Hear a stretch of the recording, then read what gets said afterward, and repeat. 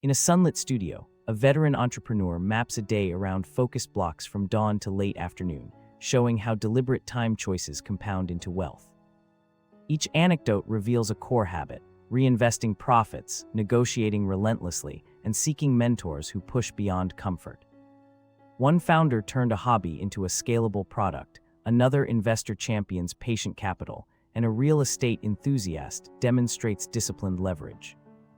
Viewers can adopt the practice by tracking key metrics, running small experiments, and building a personal advisory circle.